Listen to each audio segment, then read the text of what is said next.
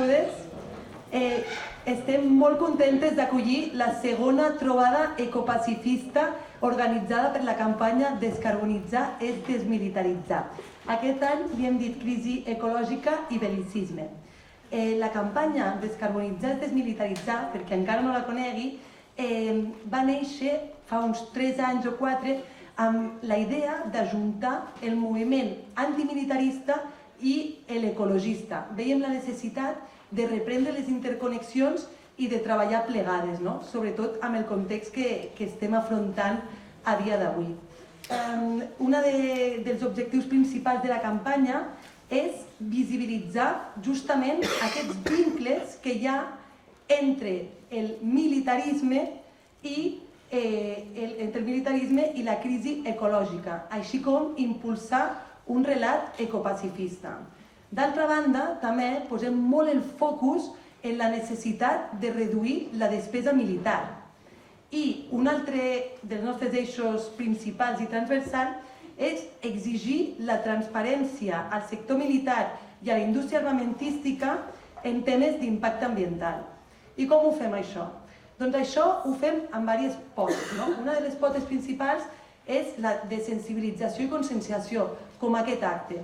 Tenim la intenció de portar aquest tema a la ciutadania, o sigui, es coneix poc realment quins vincles hi ha. I avui, al llarg de la jornada, abordarem aquesta part. Per tant, què fem? Fem jornades com aquesta, fem xerrades, intentem també moure'ns al voltant d'altres territoris de Catalunya, tenim la intenció també de portar aquesta campanya a Madrid i altres llocs de l'Estat. També fem xerrades a escoles, anem a escoles, instituts, fins i tot amb nens de primària, és un tema complex, però intentem com vincular aquesta part d'antimilitarisme i ecologisme. Després el que fem és la part d'incidència política, el que volem és realment exigir a les autoritats que exigeixin i que hi hagi l'obligatorietat de declarar les emissions, així com visibilitzar els impactes ambientals, i també volem impulsar una part de mobilització. Volem teixir aliances amb els altres moviments que són presents, com el feminisme, el sindicalisme i demés, perquè integrin aquestes perspectives i aquest relat ecopacifista que tant treballem perquè sigui present en la gent i que la gent el conegui. Crec que no m'he presentat. Jo em dic Carol i soc membre d'Ecologistes en Acció de Catalunya i soc la primera a parlar a la jornada d'avui. I el meu rol és això, donar-vos a conèixer aquesta campanya. Avui també dir-vos que hem tingut una jornada d'enxarxament, una jornada per treballar en els propers passos de la campanya i tenim una web que es diu No Emisiones Militares perquè també hi hagin adhesions. Qualsevol persona que tingui dubtes també a la taula podeu preguntar i us podem donar informació per conèixer més informació sobre la campanya, adherir-vos i demés. O sigui, la idea, ara mateix contem, qui la impulsen és Ecologistes en Acció, el Centre de l'ACS i XR, però participen altres entitats com pot ser Greenpeace, Aturem les Guerres, Fundipau, i entre d'altres. Hi ha 50 adherides. I doncs això, aquests són els principals eixos que treballem i ens semblava molt important que ens coneguéssiu.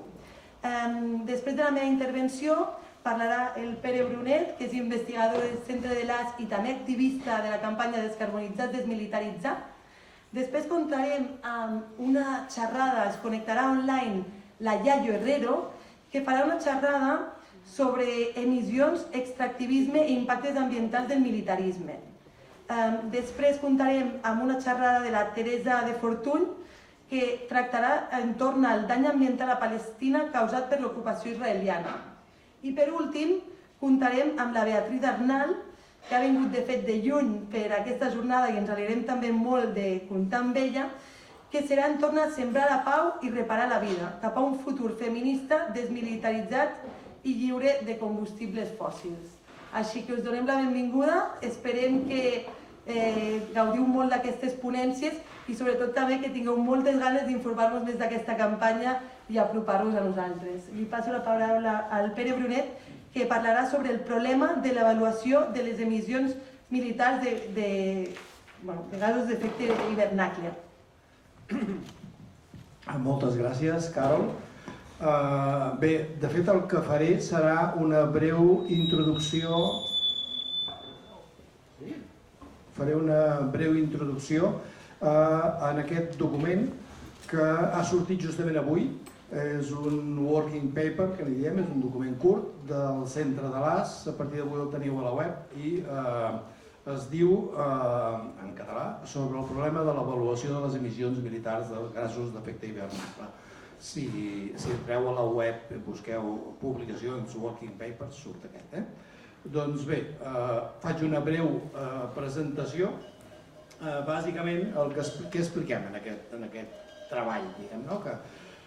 El primer que expliquem és la gravetat del moment actual. La gravetat que, a més, l'estem començant a veure com a societat, de la crisi ambiental que tenim i la crisi ecològica que tenim, i expliquem que aquesta crisi és, de fet, la veritable amenaça que té la humanitat. L'amenaça no són els altres que ens volen envair, no, l'amenaça són els nostres poderosos que estan empastifant el planeta i estan destruint ambientalment tot el planeta i la biosfera. O sigui, els tenim a casa, les amenaces, no són els altres.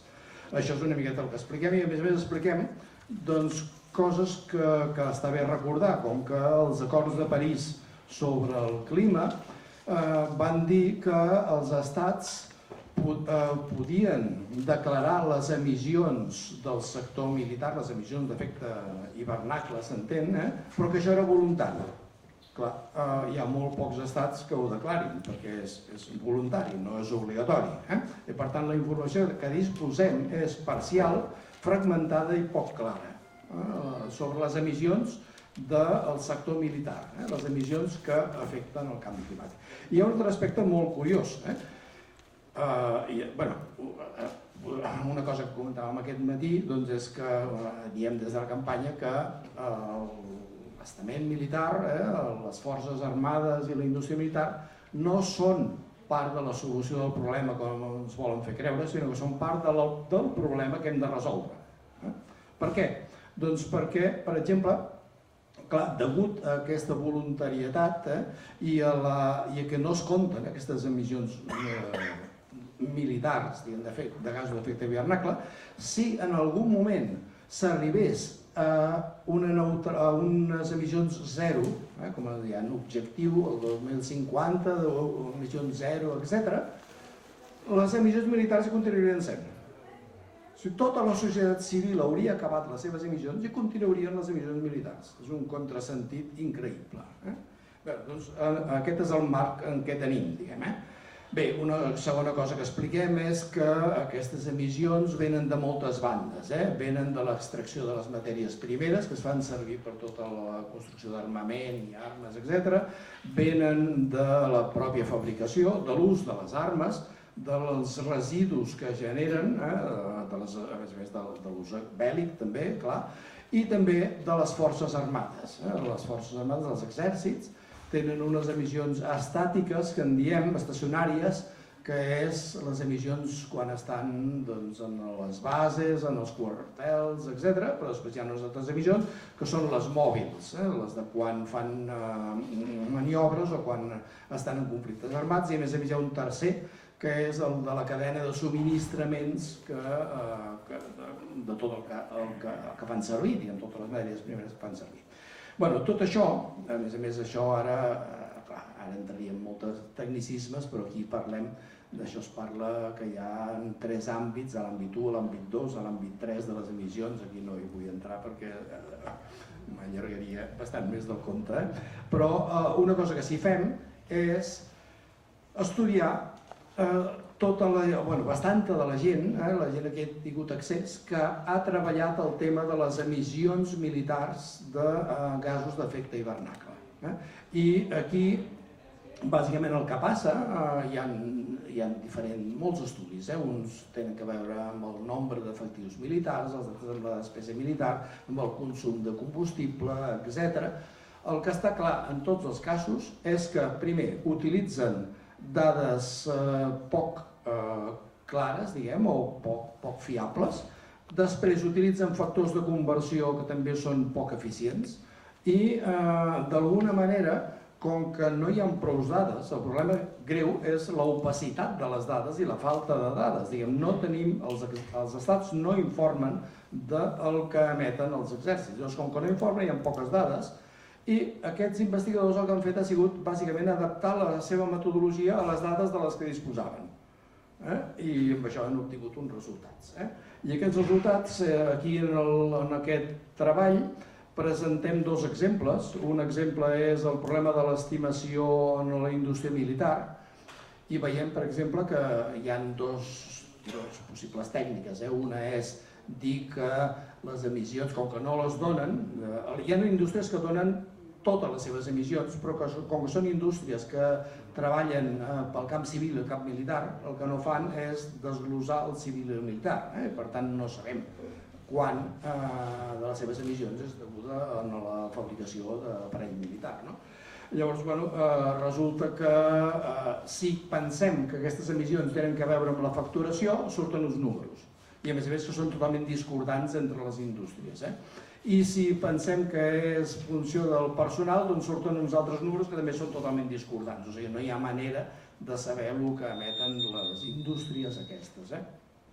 I d'altra banda, hem fet un petit estudi del que diuen diferents investigadors sobre el cas espanyol i perquè tingueu una idea, hi ha un estudi que diu que l'estat espanyol, les Forces Armades i la indústria emeten 2.794 milers de tones de CO2 a l'any, 2.994, un altre diu 2.300 i l'altre diu 5.900. Llavors, no està clar quines són les emissions militars ni a l'estat espanyol ni a cap altre lloc.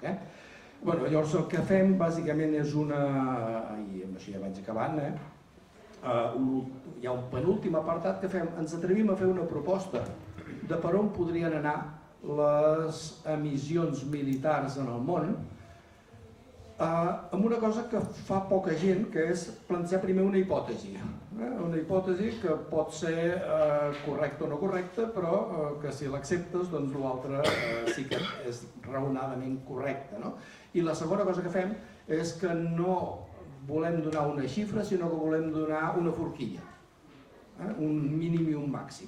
Llavors, amb aquestes dues característiques, bàsicament la hipòtesi té a veure amb quin és el poder militar i el poder d'emissions militars dels Estats Units. Bàsicament ho referim tot en el poder militar dels Estats Units i fem una extrapolació basada en els pressupostos militars dels Estats Units i de tot el món, i amb això arribem a una forquilla, que és que les emissions militars en els àmbits 1 i 2 i la indústria estan entre el 0,5% i l'1,3% del total d'emissions, que sembla poc, però no és tan poc si ho comparem amb altres àmbits. I tot això a on ens porta? Bàsicament ens porta a per on he començat, que no hi ha prou dades. Només es poden estimar amb una precisió adequada. Deixin-me que llegeixi les conclusions aquestes, que són 2-3 línies. Només es poden estimar amb una precisió adequada aquestes emissions militars si es disposa de dades fiables i contrastades, tant de les Forces Armades com de la indústria militar, que composen el que l'Eisenhower va qualificar com el complex militar industrial. Llavors reivindiquem tres coses. Primera, que els governs declarin les emissions de les Forces Armades, tant les estacionàries com les dinàmiques, que no es declaren.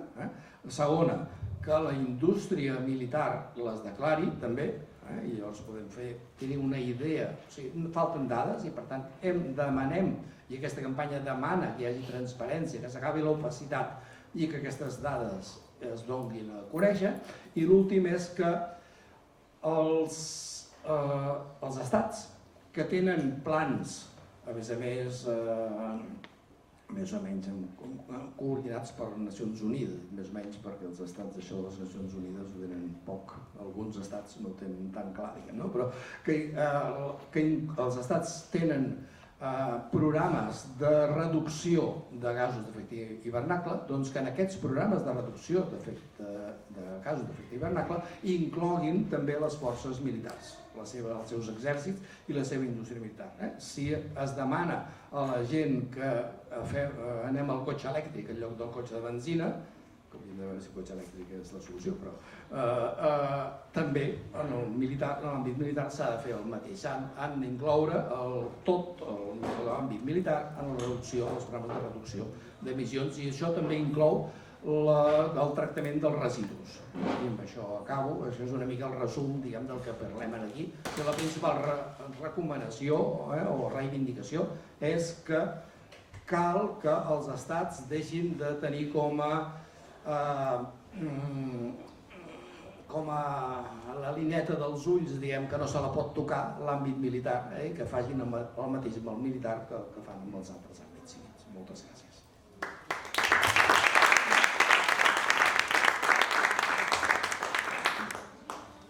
D'acord, moltíssimes gràcies, Pere. Crec que la teva intervenció ha situat perfectament la necessitat d'impulsar la campanya Descarbonitzar, Desmilitaritzar.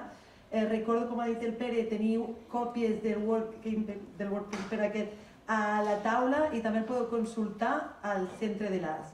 I ara li deixarem la paraula a la Yayo Herrero, que és enginyera, investigadora, antropòloga i una reconeguda activista ecofeminista. Benvinguda, Yayo. Hola. ¿Se escucha bien? Sí. Genial. Bueno, pues bona tarda i moltes gràcies per la invitació. Para mí es un placer poder compartir con vosotros y vosotras y también toda una complicación, ¿no? Porque mucho de lo que tiene que ver sobre descarbonización y desmilitarización yo lo he aprendido fundamentalmente de los trabajos que hace el Centre de l'AS, ¿no? Y bueno, pues es como tener la sensación de qué es lo que puedo aportar, que no puede aportar Pera o que no puedan aportar algunas de las compañeras del Centre, ¿no?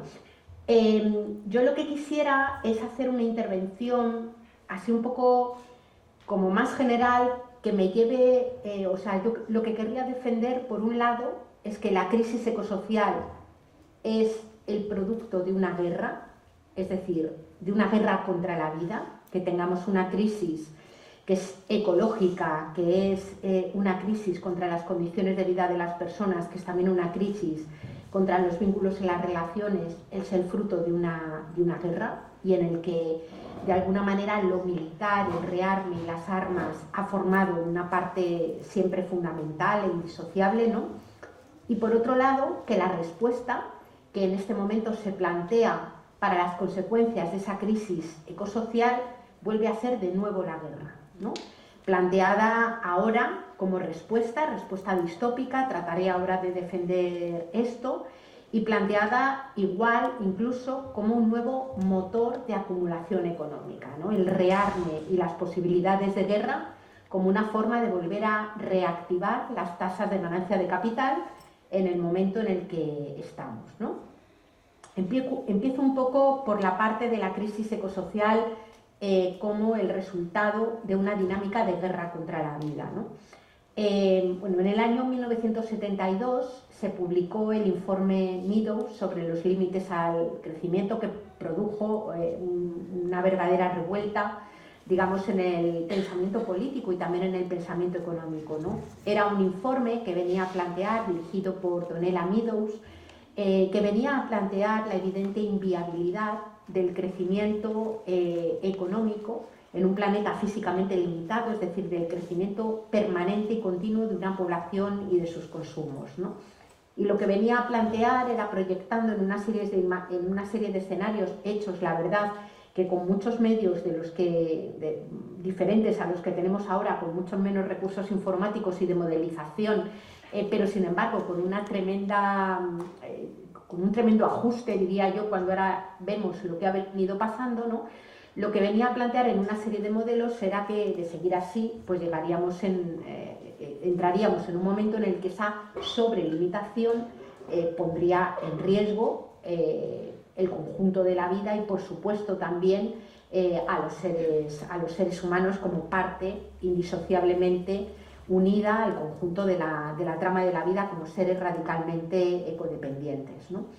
Cuando miramos cómo estamos ahora, lo que podemos ver es que el Centro de Resiliencia de Estocolmo y en general los estudios del IPCC y de otros ámbitos de la comunidad científica, lo que nos vienen a decir es que ya no estamos en riesgo de translimitación, sino que de los 9 límites planetarios que de alguna manera delimitan un contexto seguro para la vida humana y el resto de seres vivos, 7 de ellos están traspasados. Lo que dice la comunidad científica es que con que cualquiera de ellos estuviera sobrepasado ya nos encontraríamos en una situación complicada, digamos, desde el punto de vista de asegurar una vida digna y de calidad. Con 7 traspasados os podéis imaginar en qué situación estamos, ¿no? Además de esos límites ecosociales, digamos esos 9 límites ecosistémicos traspasados, nos encontramos también con una importante sobrelimitación extractiva. Nuestro planeta Tierra tiene límites físicos, también en cuanto a los minerales y a la energía.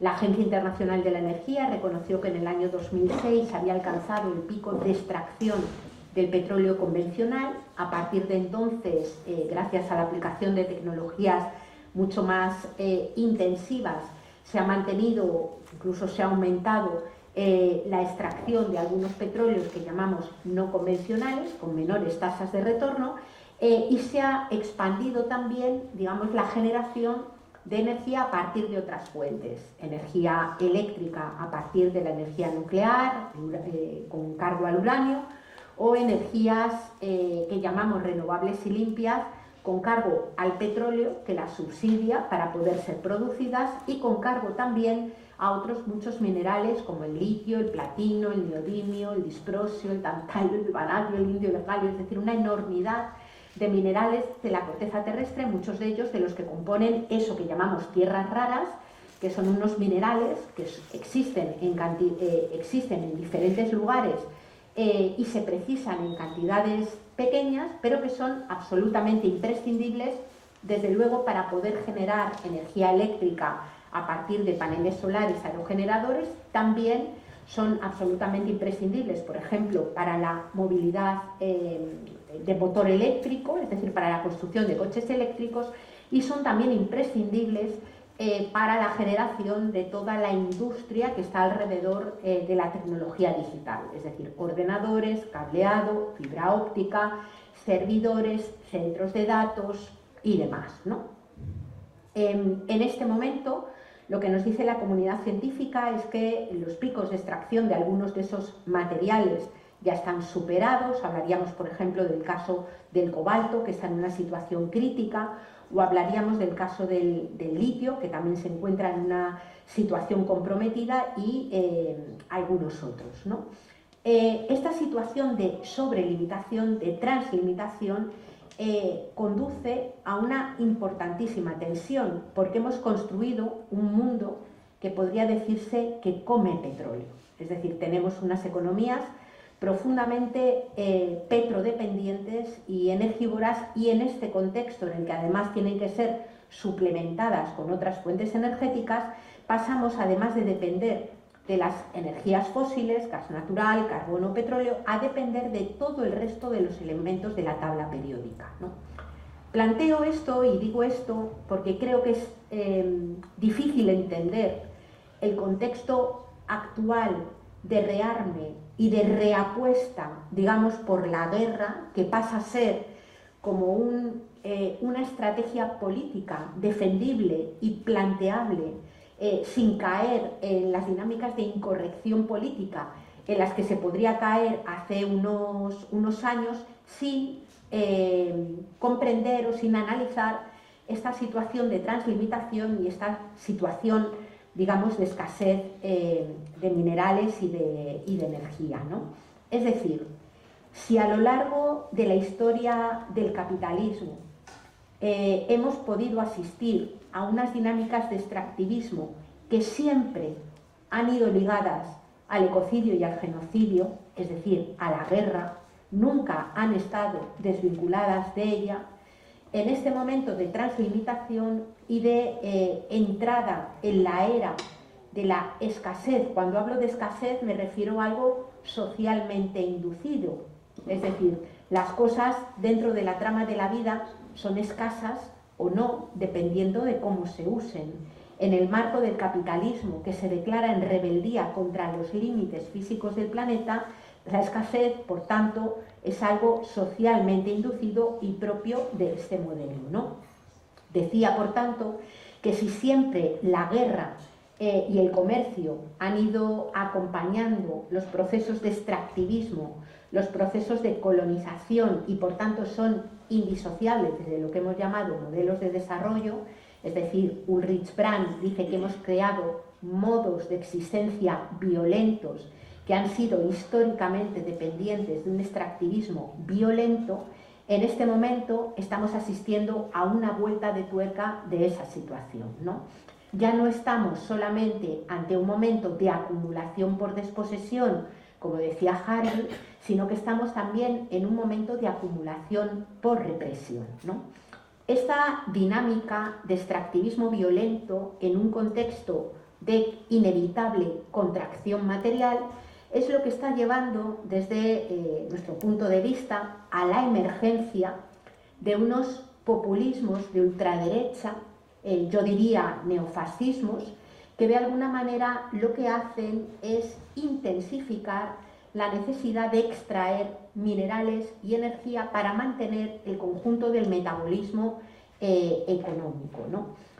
Por eso no es de extrañar que en este segundo mandato no consecutivo de Donald Trump, de las primeras cosas que haga en estos decretos performativos y en estas primeras afirmaciones y actuaciones que tienen mucho de performatividad, y ojo, que porque sean performativas no quiere decir que no sean violentas y tengan consecuencias concretas para las vidas concretas, nos encontramos que se apunta al agua de Canadá, a los minerales de Groenlandia, al petróleo de Venezuela, digamos, o se exigen la mitad de los minerales o una parte importante de los minerales de Ucrania. Es decir, estamos ante un contexto de translimitación y en ese contexto de translimitación las respuestas que se están dando son respuestas distópicas. Es decir, en lugar de plantear qué hacer con más de 8.200 millones de personas, con un montón de seres vivos que son nuestros compañeros de vida planetaria y con unos ecosistemas y unos funcionamientos ecosistémicos sin los cuales nuestras vidas no son posibles, en lugar de plantearnos cómo reajustar modelos económicos a lo que la trama de la vida puede proporcionar con justicia, la respuesta, y lo digo de una forma un poco bestia, es una respuesta distópica en el sentido de que se responde tratando de mantener en pie los mismos modelos como si el único problema que tuviéramos fuera que sobra gente.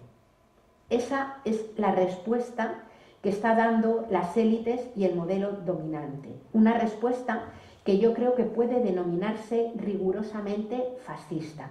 Se actúa como si el problema fuera que sobra gente, ¿no? En ese contexto y en ese marco, la guerra se convierte en una estrategia. Se convierte en una estrategia posible para la que además se educa, digamos, yo creo que eso sí que es un verdadero adoctrinamiento, se adoctrina a la gente, ¿no? Después de unos cuantos años, que aunque solamente fuera sobre el papel, en los que el rearme y la guerra no eran opciones presentables, nos empezamos a encontrar con presidentes de gobierno que empiezan a plantear la guerra como algo inevitable y que empiezan a decir o a señalar si es que no nos hemos dado cuenta todos y todas que nos encontramos en unos contextos de guerra. Y en ese marco escuchamos intervenciones como la de alguna comisaria de la Comisión, digamos, de la Unión Europea, que viene a plantear la famosa preparación de un kit de supervivencia para que todo el mundo tenga en casa y esté preparado para una guerra, donde te dicen que te prepares una mochila como si fuerais a la gincana del campamento de verano, digamos, para tener dentro de casa y así prepararte de alguna manera para una situación de guerra, ¿no? Por eso digo que la guerra y el militarismo se están convirtiendo de alguna manera en el soporte, en la tecnología de mantenimiento de unos modelos capitalistas que ahora se dan en contextos de contracción, de inevitable contracción material. Es decir, la guerra y el militarismo crecen y surgen como respuesta distópica a la crisis ecosocial de la que estaba hablando, ¿no? Esto obviamente tiene unas consecuencias absolutamente terroríficas. Se están ensayando de una forma brutal, yo no voy a entrar en ello porque hay otra persona que va a intervenir en la mesa que lo va a desarrollar magníficamente, ¿no? Se está desarrollando en el genocidio contra el pueblo palestino, donde hemos visto, por ejemplo, tecnologías como Lavender, que son inteligencias artificiales que requieren una ingente cantidad de minerales y de energía, y también con la utilización, digamos, de un armamento y de una tecnología militar que, como bien ha trabajado el Centre de l'As en algunos informes extraordinarios, son generadoras importantísimas de emisiones de gases de efecto invernadero y también aceleradoras de dinámicas de extractivismo de minerales que son absolutamente imprescindibles para poder generar el tipo de armamento que hoy requiere de una importante tecnología digital, ¿no? Es decir, la respuesta a la situación de contracción material es una respuesta fuertemente intensiva en la utilización de materiales y minerales de la Tierra, en la utilización de cantidades ingentes de energías fósiles, porque ya os podéis imaginar que el armamento nuclear, aunque todavía tendremos que oír hablar de armas verdes, estoy casi segura, ¿no?, que en algún momento hablaremos de la descarbonización de la propia industria militar, llegado el caso, ¿no? Ya existían balas verdes, que son las balas que matan exactamente igual, pero no contaminan con plomo, y lo mismo nos encontraremos con, bueno, alguna aplicación militar en la que se diga que con energías solares o con energías limpias va a ser posible someter bueno, las lógicas resistencias que se producen en muchos territorios del mundo utilizados como zonas de sacrificio en la extracción de minerales y energía, ahora también dedicados, digamos, a la propia guerra, ¿no?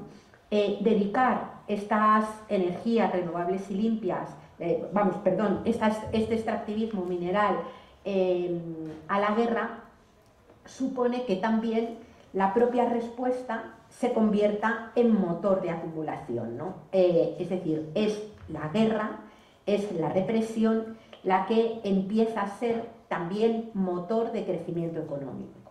No solamente es la guerra formal que conocemos cuando un país ataca a otro o cuando se desarrolla una guerra recíproca, ¿no?, sino que estamos asistiendo también a un proceso de expulsión masivo de personas de sus territorios. Los fenómenos migratorios actuales ya no son fenómenos migratorios como cuando las personas migraban en un derecho, que es un derecho, la migración, no emprender los procesos migratorios, sino que ahora mismo hay unas fuertes dinámicas de expulsión de personas de sus territorios, precisamente a veces por las dinámicas del calentamiento global que hacen los territorios invivibles para gente que antes vivía en ellos, o por dinámicas violentas que se suceden con los extractivismos y que generan importantes procesos de migraciones forzosas o de expulsiones.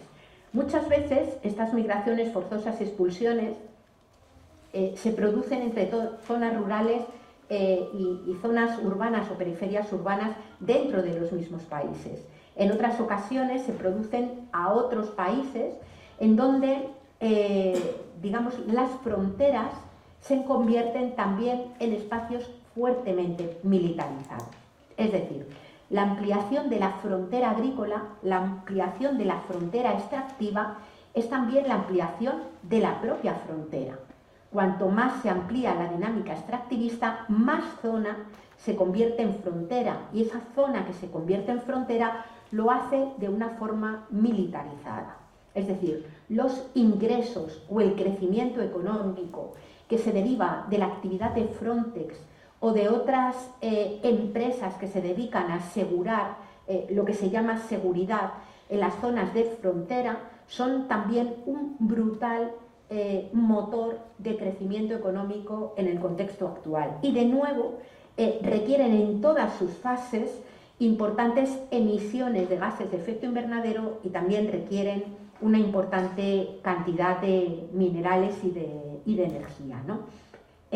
La paradoja es que si miramos de dónde proceden la pesca, los alimentos, los minerales, la energía que hoy llega, por ejemplo, a la Europa rica, vemos que vienen exactamente de los mismos lugares de los que procede una buena parte de esa población expulsada. Es decir, si las vallas que rodean la Europa rica, además de no dejar entrar personas migrantes, no dejar entrar pesca, minerales, energía, alimentos de los países de esas personas migrantes, resulta que la Europa rica viene a durar lo que vienen a ser pues 2 meses. Es decir, no hay ni uno solo de los países que hoy llamamos desarrollados que sean dependientes de los bienes y recursos que proceden de sus propios territorios. Todos ellos proceden de otros lugares, ¿no?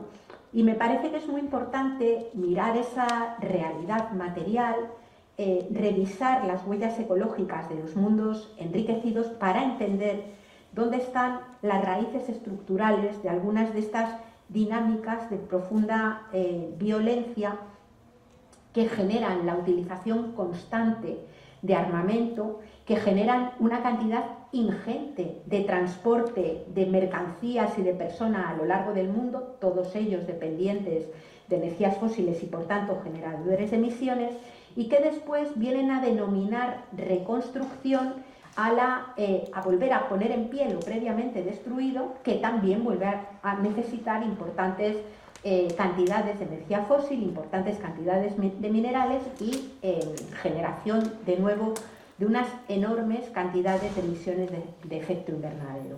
Es decir, la guerra contra la vida genera contextos de violencia que en este momento se defiende que solamente pueden ser atajados, pueden ser, digamos, abordados desde la perspectiva de la propia guerra, que a su vez genera más guerra contra la vida, más emisiones, más agotamiento de recursos y más destrucción del territorio, ¿no? Esta situación hemos de decir que no es nueva, es decir, que quienes trabajan alrededor del antimilitarismo y alrededor de las culturas de paz llevan advirtiendo muchísimo tiempo de la correlación que existe entre el militarismo, entre la cultura de la guerra y el destrozo de la trama de la vida de la que formamos parte. Es decir, no es en modo alguno ninguna situación nueva. Lo que sí va siendo no nuevo, pero sí cada vez más intensificado, digamos, es la violencia y la tecnología que permite extraer cada vez de lugares más inaccesibles, generando un destrozo cada vez mayor y expulsando o deteriorando las condiciones de vida de las personas de forma cada vez más intensa, ¿no? Querría decir también que aparte de encontrarnos en un contexto de guerra contra la vida biofísica y de guerra contra las condiciones de vida de las personas, nos encontramos también en un contexto de guerra contra los vínculos y las relaciones, ¿no? Quiero señalar esto porque hay también toda una tecnología política y tecnología también, digamos, material en forma de redes sociales, en forma de dispositivos electrónicos que en este momento también están fomentando de una forma brutal culturas de odio que son el sedimento que de alguna manera permite fortalecer o que se extienda esta cultura de la guerra, ¿no? A mí me parece que es dramático el modo en el que se está convirtiendo a las personas migrantes y, según cómo sea el lugar, a algunas personas migrantes. Quiero decir, si hablamos, por ejemplo, de el Chega de Portugal, estaríamos hablando sobre todo de antigitanismo. Si hablamos de Europa, de islamofobia. Si hablamos de los Estados Unidos, en este momento prácticamente un ataque contra cualquier cosa o contra cualquier ser humano que no represente el modelo de sujeto universal, blanco, anglosajón y demás, ¿no? Y el drama es que, digamos, todas esas personas señaladas como sujetos menos valiosos, como sujetos que parecieran que sus vidas valen menos, dice Judith Butler, a mí me gusta mucho como lo dice, todos esos sujetos a los que cuando sus vidas se pierden pareciera que no merece la pena llorarles, ¿no? Vidas que no merecen la pena ser lloradas, que no merecen ser lloradas, ¿no? Todos esos sujetos se están convirtiendo de forma meticulosa y deliberada en una amenaza. Es decir, resulta que la persona o las personas que son víctimas de las dinámicas históricamente coloniales, de extractivismo, de expulsión, de conversión de sus territorios en zonas de sacrificio, son básicamente convertidas en amenaza frente a las que hay que defenderse, ¿no? Vemos de alguna manera cómo se criminalizan a los niños y menores no acompañados que llegan a nuestros países, ¿no? Y se les convierte en criaturas monstruosas, ¿no?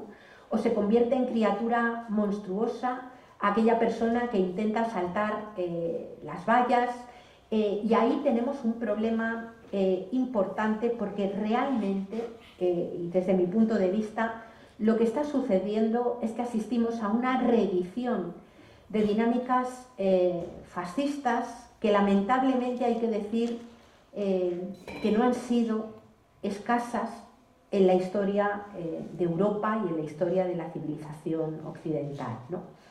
Yo creo que conviene someter a crítica, y con esto voy a ir terminando, ¿no? Conviene someter a crítica nuestra propia cultura por mucha rabia que nos dé hacerlo, ¿no? Y conviene hacerlo porque la cultura occidental es una cultura que se ha desarrollado mirando la tierra y los cuerpos humanos también desde la exterioridad, desde la superioridad y desde la instrumentalidad, como si solamente fueran recurso al servicio de otros propósitos mejores y más importantes, como pueden ser una idea de progreso en el contexto capitalista ligada directamente al crecimiento económico, que se convierte en una especie de religión civil que viene a sostenerse sobre una lógica de sacrificio. El crecimiento económico puede llevarse por delante lo que sea, todo puede ser sacrificado si la contrapartida es que la economía crezca, ¿no? Y en ese marco es en el que se desarrolla la guerra contra la vida. Hay un hilo de continuidad, creo yo, que une la quema de brujas en Europa al final de la época medieval, es decir, todavía se quemaban brujas en la época en la que Descartes, Newton y Bacon empezaban a formular sus nuevas teorías científicas, ¿no? Ese hilo de continuidad se puede unir con lo que se llamó descubrimiento de América, que es un genocidio y un terroricidio, las dos cosas juntas, siempre han ido juntas, ¿no? Con una extrema violencia. Un hilo de continuidad que se une con la cacería de personas africanas que luego fueron vendidas como esclavas en África y también vendidas en Europa.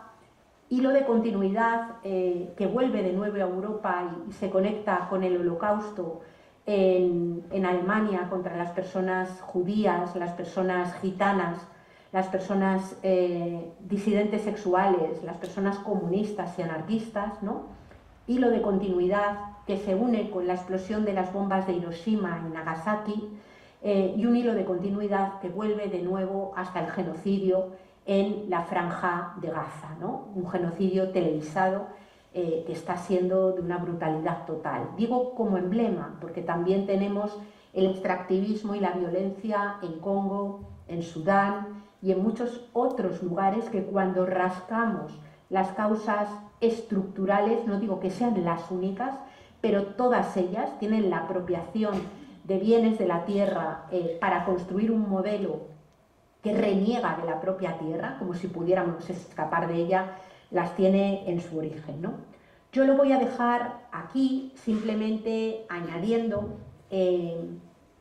que efectivamente descarbonizar es lo mismo que militarizar, pero no nos olvidemos que descarbonizar no es solo eliminar combustibles fósiles, descarbonizar es también menos litio, menos cobre, menos tierras raras, menos agua extraída de los lugares, menos deterioro de suelos. Es decir, cuando hablamos de descarbonizar, estamos hablando de recomponer lazos rotos con la naturaleza y lazos rotos entre las personas para de alguna manera ajustar la cobertura de las necesidades de absolutamente todo el mundo a los límites físicos de la Tierra ya traspasados, teniendo en cuenta que además compartimos el planeta con el resto del mundo vivo y que debiéramos abrir la posibilidad a que las personas que hoy son pequeñas o son jóvenes no vivan en una cornisa y tengan también la posibilidad de poder proyectar unos futuros que ahora mismo se perciben como distópicos,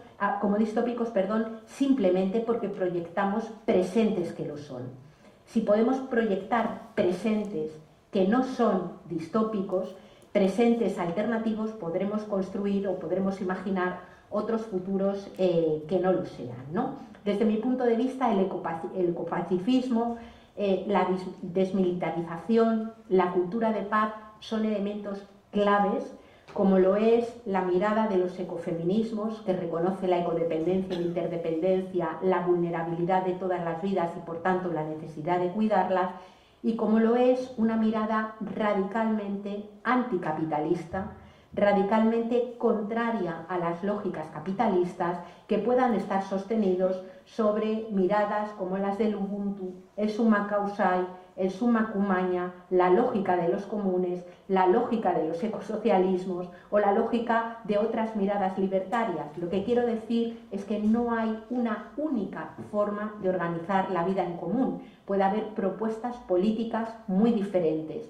Lo que sí es, desde mi punto de vista, impepinable, como se podría decir por ahí, es que cualquiera de esas lógicas, si queremos que se extienda al conjunto de la población del planeta y del resto de los seres vivos, ha de darse en un planeta ya con sus límites traspasados, parcialmente agotado, pero que todavía tiene una brutal capacidad de resiliencia. Aliarse con la trama de la vida es absolutamente fundamental para poder pensar siquiera la mera supervivencia digna. Muchas gracias por haberme escuchado.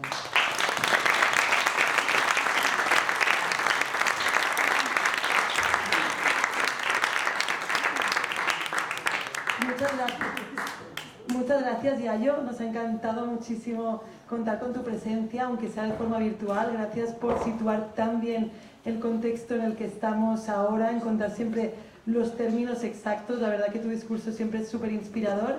Y te dejamos aquí también para que puedas seguir a las compañeras. Ahora vamos a dejar paso, subid las dos, a Teresa de Fortún, que es investigadora del Centro de las y también activista, miembro muy activista de la campaña Desmilitarizar es Descarbonizar, y Beatriz Arnal, que es investigadora doctoral y miembro de WILF España. Bienvenidas. Gracias.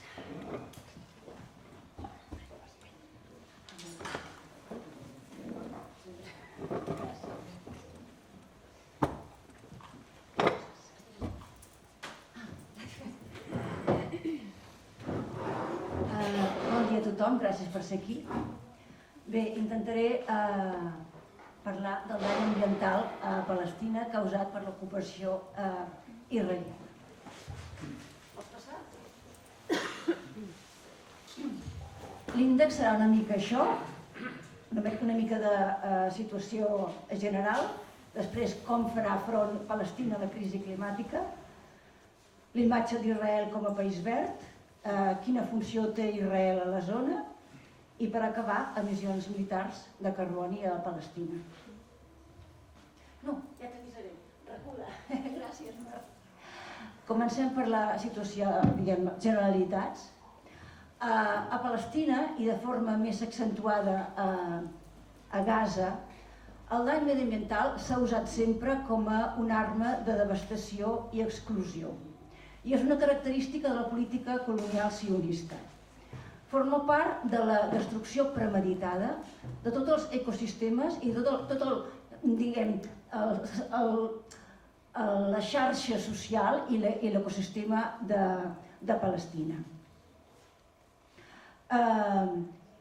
És el que se'n diu apartheid ecològic.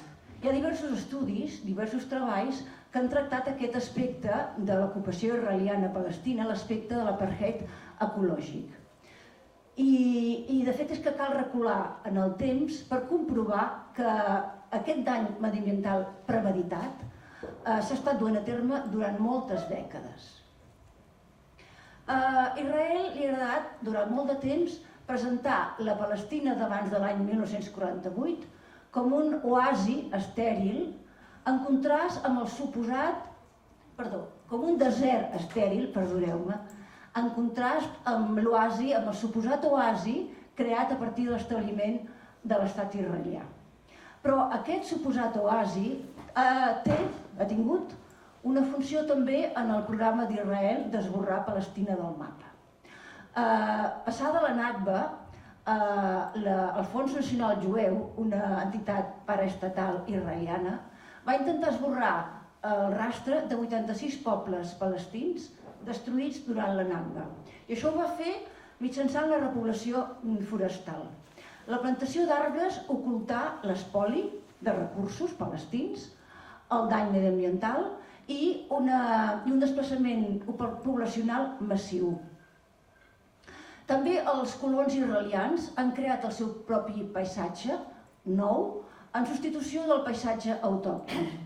És una transformació imposada del medi de l'entorn original, de l'entorn nadiu. Algunes d'aquestes pràctiques ja es van dur a terme per part del Regne Unit en època del seu protectorat sobre Palestina, i especialment en el període 1936-39, quan la repressió de la gran revolta del moviment nacionalista palestí. En aquests moments es generalitzaren els càstigs col·lectius, s'enderrocaren milers d'habitatges, es bombardejaren pobles, s'arrencaren oliverars, cítrics, per descomptat també es generalitzaren les execucions extrajudicials i les detencions administratives sense judici. Dintre de l'espoli israelià dels recursos palestins sobresurt el de l'aigua. Ja el 1948, aquest mateix Fons Nacional Jueu dessecar el llac Ula i els seus aiguamolls per eixamplar terres per als colons jueus nouvinguts. Però això va provocar un dany mediambiental ja, perquè eliminar espècies de flora i fauna vitals i degradar seriosament l'aigua del llac de Tiberíades. Després ja l'empresa estatal d'aigua desalinitzadora Mekorot, empresa israeliana, desviar el curs del riu Jordà per portar l'aigua als colons de la costa i també a poblacions i assentaments del desert de Nakab. Avui dia el riu Jordà és poc més que un rierol amb terra, ple de terra i d'aigües residuals.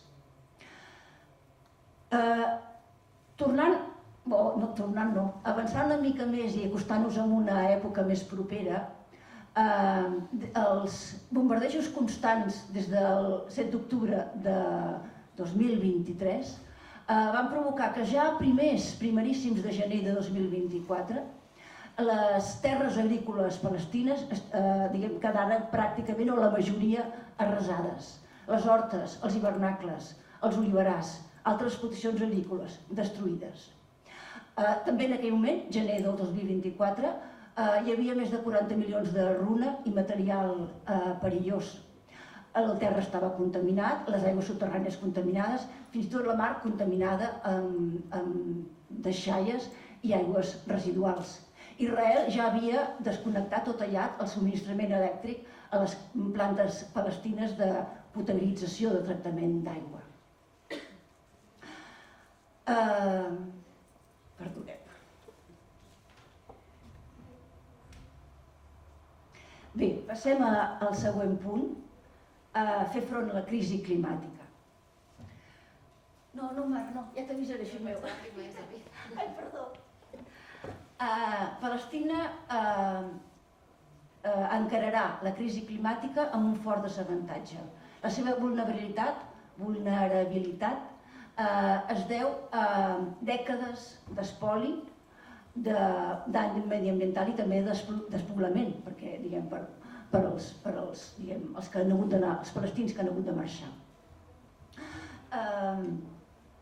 S'espera o s'estima que a final d'aquest segle les precipitacions a Palestina hauran disminuït un 30%. L'IPCC diu que a finals de segle la temperatura a Palestina haurà augmentat entre un 2,2 i 5,1 graus centígrads. Per tant, la desertificació s'incrementarà i uns períodes més curts de creixement dels conreus posarà en risc la seguretat alimentària. Hi ha una forta simetria entre com afrontaran la crisi climàtica Palestina i Israel. Palestina, a causa precisament d'aquestes dècades de dany mediambiental i d'espoli, no està capacitada per elaborar estratègies ni tecnologia que puguin mitigar, ni que sigui en part, els impactes climàtics. Israel, pel contrari, i precisament per les mateixes raons, és un dels països més ben preparats de la regió per fer front a la crisi climàtica. Sí que ha pogut desenvolupar estratègies i tecnologia. Dintre de l'espoli de recursos per part d'Israel, recursos palestins, la manifestació més aguda, més greu, més sensible, és la de l'aigua. Quan Israel va ocupar Cisjordània, se'm sent bé? Va ocupar Cisjordània el 1967, s'apropià, monopolitzar les fonts d'aigua. I quan els acords d'Oslo II de 1995, formalitzaren aquesta apropiació. Els acords d'Oslo li atorgaren el control del 80% de l'aigua de Cisjordània. Això inclou les fonts d'aigua, quotes molt restrictives de subministrament d'aigua, la denegació o la prohibició a poder perforar pous a Palestina, a Cisjordània en aquest cas, per trobar aigua, i també la destrucció sistemàtica de tota la infraestructura hídrica de Cisjordània. En resum, l'any 2020, a Cisjordània hi havia només el 36% de les llars amb accés diari a l'aigua i el 47% de les llars rebia aigua menys de 10 dies al mes. En contrast, els 600.000 colons israelians d'aquell moment gastaven 6 vegades més aigua que els 3 milions de palestins. Els assentaments il·legals a Cisjordània, amb tota mena de luxes com gespa i piscina, gastaven una mitjana de 700 litres per dia i persona. Hi havia poblacions a Cisjordània desconnectades de la xarxa d'aigua que passaven amb 26-27 litres dia persona. L'OMS diu que el mínim acceptable per un cert nivell de benestar són 100 litres de consum per dia i persona. A Catalunya estem cap als 117 de mitjana. Bé, la situació és molt més greu a Gaza. Ja abans del 7 d'octubre de 2023, entre el 90 i el 95% de l'aigua no era potable. Les malalties per contaminació per aigua contaminada suposaven el 26% de les malalties registrades i era una de les majors causes de mortalitat infantil. De fet, el 12% dels infants morien per contaminació de l'aigua. A més, Israel no només no deixava ni deixa passar aigua neta a Gaza, sinó que impedeix la reconstrucció de les infraestructures hídriques o de les plantes de potabilització o de tractament de l'aigua, perquè impedeix l'entrada de material necessari. Per tant, com que ja no entra res, doncs tampoc entra això. Com a conseqüència, la crisi climàtica amb l'escassedat d'aigua que portarà implícita tindrà conseqüències mortals a Palestina i sobretot a Gaza. Passem a un altre tema. Ja t'avisaré, Marc. Israel intenta passar com un país verd. Aquest objectiu de blanquejar la imatge d'Israel ja va quedar reflectit als acords d'Oslo, als acords d'Abraham del 2020. Aquests acords els signaren Israel, Bahrein, Emirats, Sudan i el Marroc. Es tracta de tirar endavant projectes conjunts d'energies renovables, d'agroindústria i d'aigua. Al Marroc, d'ençà d'aquell moment, d'aquells acords, les inversions israelianes han crescut molt. El 2022 hi hagué un memoràndum d'entesa entre Israel i Jordània per un projecte de viabilitat de potabilització d'aigua. Es tracta, el disseny del projecte és Jordània comprarà aigua neta a una planta dessalinitzadora situada a Israel, que es nodrirà, aquesta planta israeliana, que s'alimentarà de l'energia solar de la planta solar a Jordània. Aquest aspecte o aquesta imatge beneficiosa d'aquest projecte amaga dècades de l'espoli d'aigua de Palestina per part d'Israel. També l'any 2022 hi hagué un altre memoràndum d'entesa entre dues empreses energètiques israelianes i Bahrein, Emirats, Aràbia Saudita, Jordània, Marroc, Sudan i no sé si me deixo un altre. En aquest cas es tracta de tirar endavant projectes d'energia renovable, sobretot eòlica i solar, emmagatzematge d'energia i dessalinització d'aigua. Tots aquests projectes reforcen la imatge d'Israel com un país verd i d'Israel com un país clau a la regió en energies renovables, també com un soci indispensable a la regió. Això li permet eixamplar la seva influència geopolítica a la regió àrab. L'objectiu és integrar Israel a les altres esferes econòmiques i energètiques de la zona, que això també li servirà, també l'ajudarà al seu programa d'emblanquiment i normalització de la imatge. Ja anem acabant. La posició d'Israel a la regió. L'Orient Mitjà és el productor del 35% del petroli del món. Israel també es vol integrar, però ja ho fa, en el sector dels combustibles fòssils mitjançant l'explotació de jaciments de gas a la Mediterrània. El domini dels Estats Units a la regió es basa, òbviament, en dos pilars, les monarquies del Golf i Israel. Israel, que segons un ex-secretari d'Estat nord-americà és el portaavions nord-americà més gran del món, aporta vigilància a la regió, col·labora a controlar els recursos fòssils i intenta integrar-se a la zona a través dels sectors energètics, d'agroindústria i de l'aigua. Els Estats Units i els seus aliats s'han esforçat a normalitzar la presència i la funció d'Israel a la zona. Això va començar amb els acords de Camp David el 1978, continuar amb l'acord de pau entre Jordània i Israel el 1994 i ara finalment, com hem vist, ja molt més cap aquí, els acords d'Abraham i els memoràndums d'entesa que hem esmentat. Ara sí, passem a l'últim apartat, emissions militars de carboni. Ara sí, sisplau, Mari, perdona'm. A veure, fins ara hem parlat de diversos aspectes del dany mediambiental que està causant l'ocupació israeliana a Palestina. Ara, l'últim apartat serà veure aquesta ocupació, intentar valorar quines emissions de gasos d'efecte hivernacle ha suposat. Dels diversos treballs que han intentat fer aquesta estimació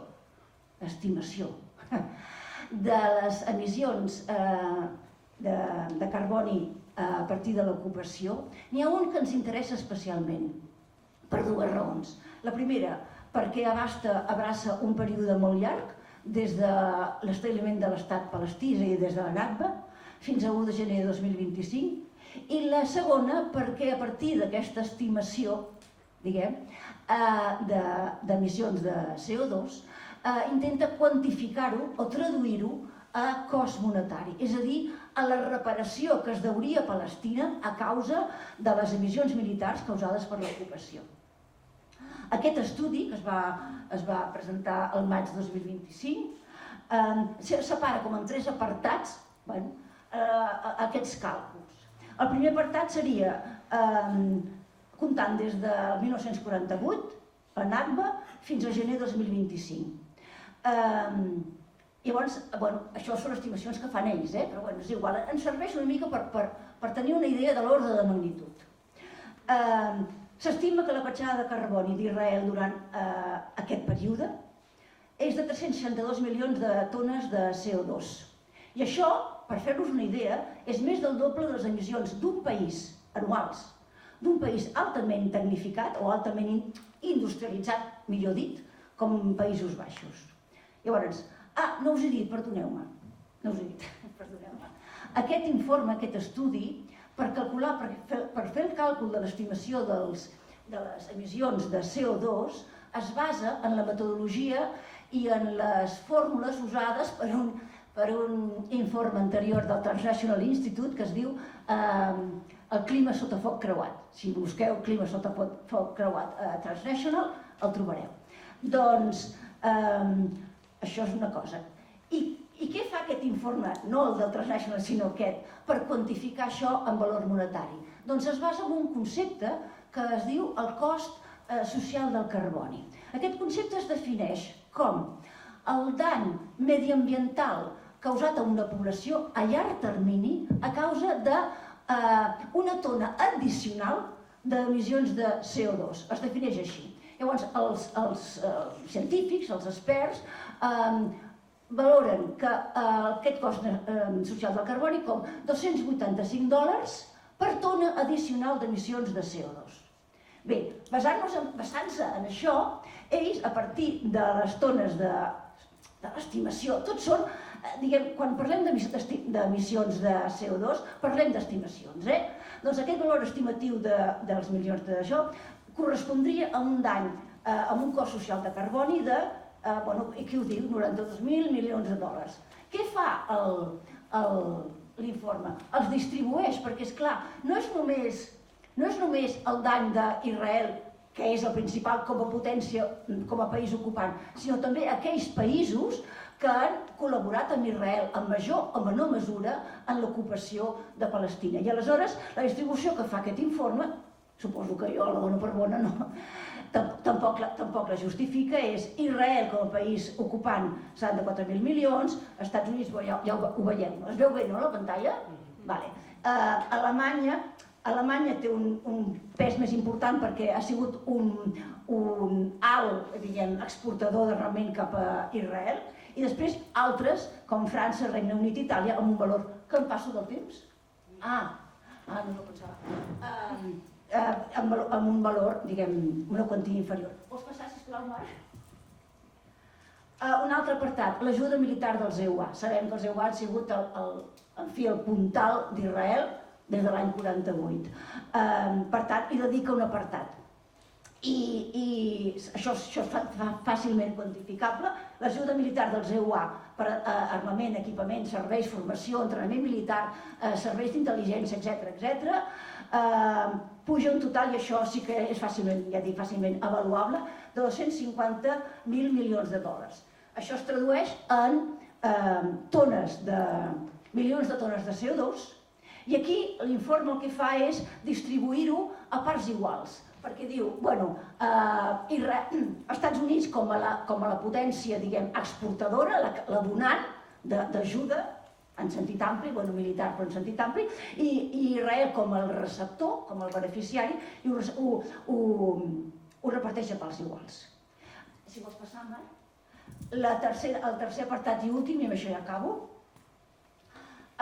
emissions de CO2 derivades des del 7 d'octubre de 2023 fins a 1 de gener de 2025. Per tant, falta una part, diguem, però bueno, es va fer l'informe. El CIPRI ens indica que el 99% de les importacions d'armes per a Israel en aquest període, des del 7 d'octubre, el 99% prové dels EUA, un 69%, i d'Alemanya el 30%. Per tant, aquests són els grans, diguem, puntals d'Israel. Llavors, el cost climàtic d'aquest període l'avalua en 8.300 milions i aquí la distribució assigna a Israel com a autor del genocidi 4.700, EUA, Estats Units 2.500 i Alemanya 1.100 en funció d'aquells percentatges d'exportació d'armament. Ja pots tornar. Total, és igual. Si sumeu aquests 3 apartats, obtenim un valor final del cost social del carboni de 150.000 milions de dòlars, que seria la reparació climàtica que se li deuria a Palestina per al que se li ha fet d'ençà de la Nakba.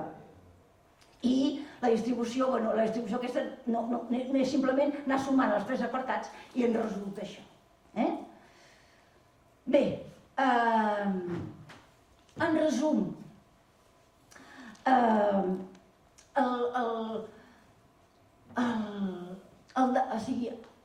la destrucció dels ecosistemes i tot allò que sustenta la vida a Palestina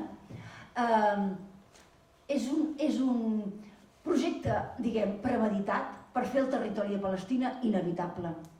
És un acte ecocida, en paral·lel amb el genocidi.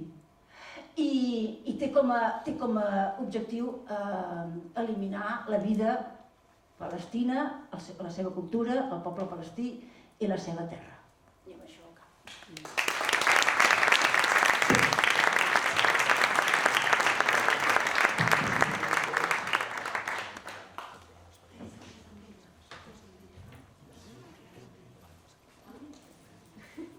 Bueno, yo voy empezando. Muchas gracias a la campaña por invitarme. Esta es la segunda vez que vengo a participar en estas jornadas, así que me hace muchísima ilusión.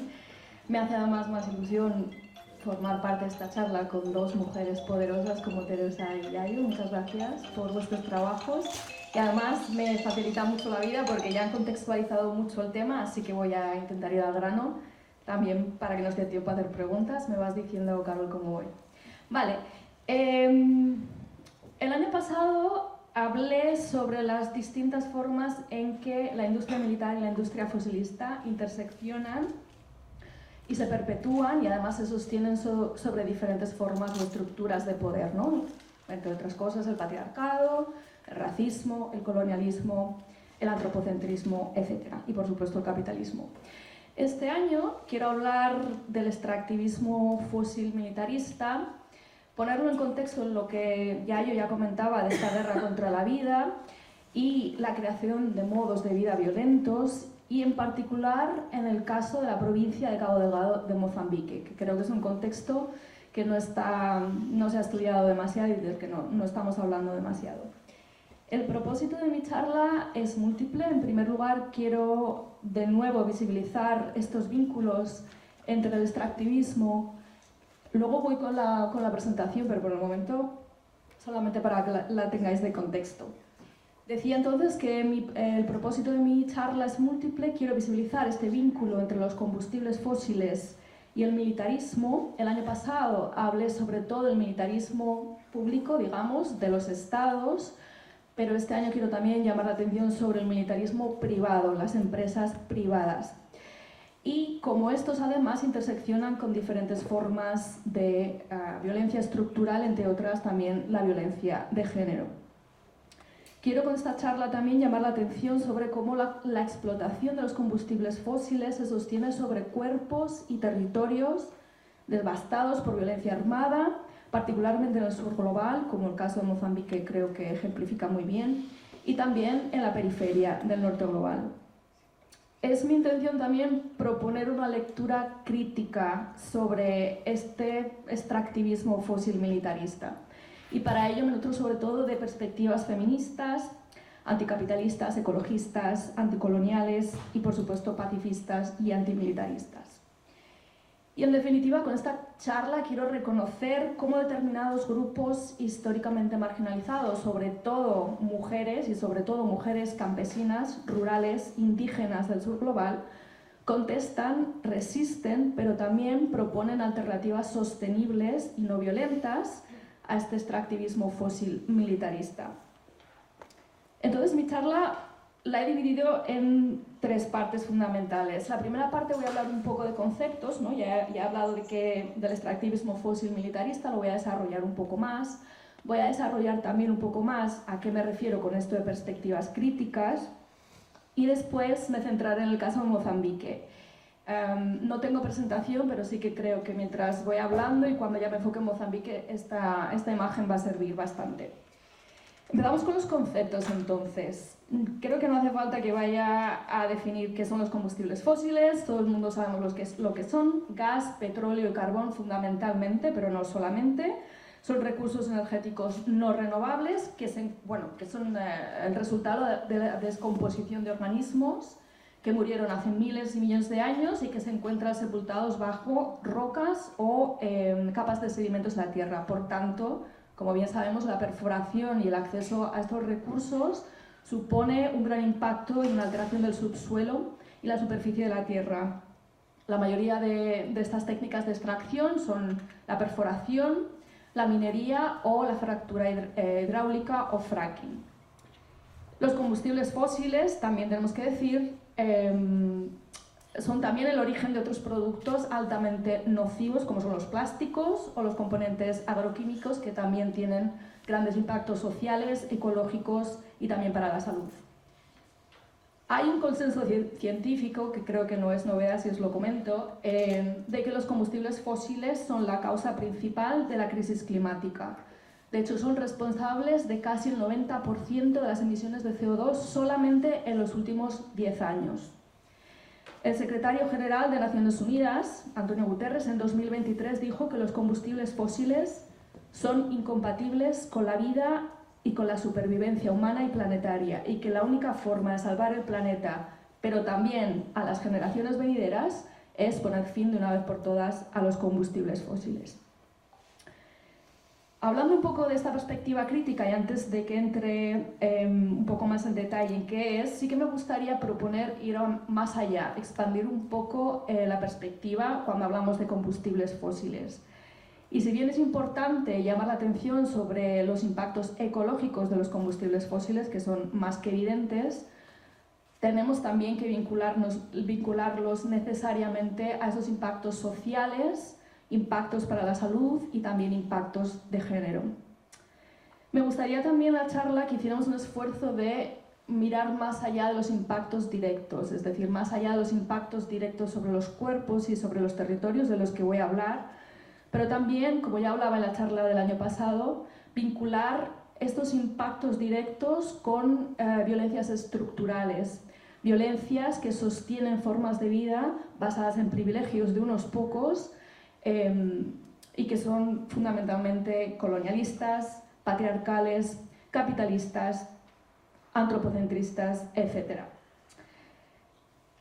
También quiero resaltar que los impactos de los combustibles fósiles no se producen solamente durante la extracción o la combustión de los combustibles fósiles. Muchas veces cuando hablamos de los impactos nos enfocamos en estos dos momentos, pero realmente los impactos ecológicos, sociales y para la salud de la producción de combustibles fósiles se produce a lo largo de todo el ciclo de vida, es decir, desde la exploración, la extracción, la distribución, la modificación, como por ejemplo el licuado, la combustión y el consumo.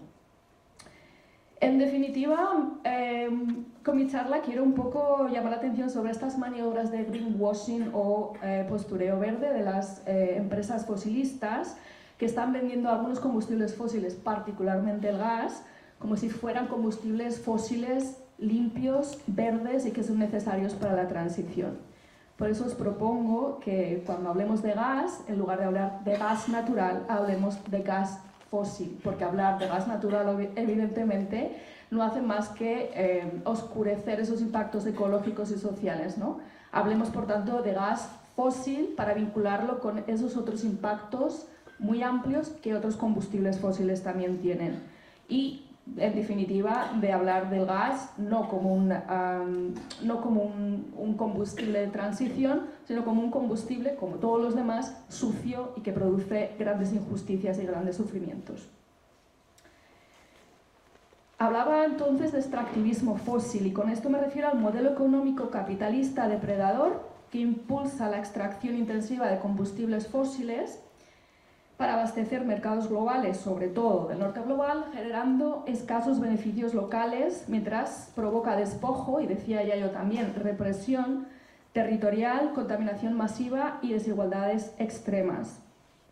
Si le añadimos esta coletilla de extractivismo fósil militarista, hablamos de cómo el capital transnacional salía con aparatos militares estatales y empresas de seguridad privada, en lo que me voy a centrar hoy, para garantizar la continuidad del despojo mediante la imposición violenta de control territorial, contención y represión de resistencias comunitarias y creación de enclaves blindados que priorizan infraestructuras extractivistas por encima de la vida humana y del planeta.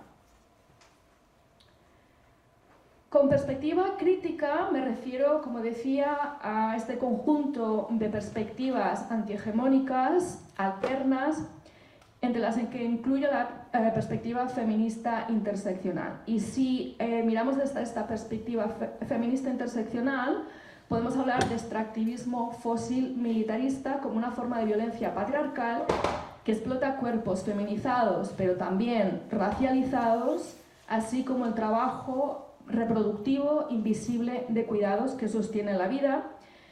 Por el contrario, para sostener economías extractivas, donde las mujeres y las infancias pagan los mayores costes, tanto en el sentido de despojos territoriales, violencia sexual estructural y también sobrecarga vital de cuidados y otras actividades de reproducción.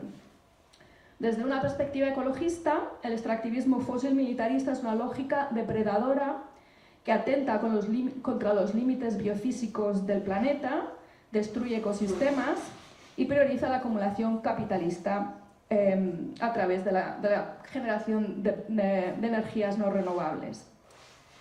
Una perspectiva decolonial también nos dirá que el extractivismo fósil militarista es una continuidad directa de las lógicas coloniales, sobre todo la apropiación violenta de los recursos, pero también de la mano de obra barata y muchas veces esclava del sur global y de las periferias, donde las corporaciones del norte global y las élites locales neocoloniales reconfiguran territorios indígenas sobre todo, pero también campesinos, rurales, como fronteras de sacrificio, que ya ha mencionado Yayo, precisamente para acumular capital vía materias primas no renovables, como son los combustibles fósiles, y perpetuando racismo y despojo de formas de vida y de saberes ancestrales.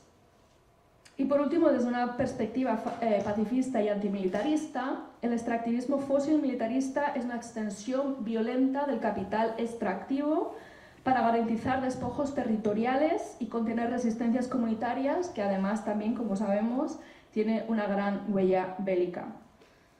En definitiva, estas perspectivas críticas nos señalan que la paz, la justicia social, la justicia de género, la justicia climática y ecológica van de la mano y pasan por la desmilitarización de nuestros cuerpos, nuestras mentes y nuestros territorios.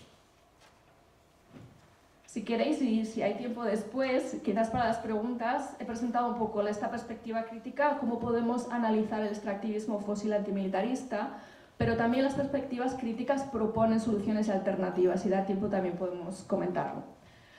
Voy a pasar ya al contexto específico del que voy a hablar, que es el caso de Mozambique. Mozambique se encuentra en el sur de África, en la África Austral, limitando al norte con Tanzania, Malawi, al oeste con Zambia y Zimbabue, al sur con Sudáfrica y Suazilandia y al este con el Océano Índico. Lo pongo un poco en contexto para que veamos también por qué es importante hablar de Mozambique en este contexto regional y también europeo. Si hablamos de Mozambique, tenemos necesariamente que hablar del contexto colonial.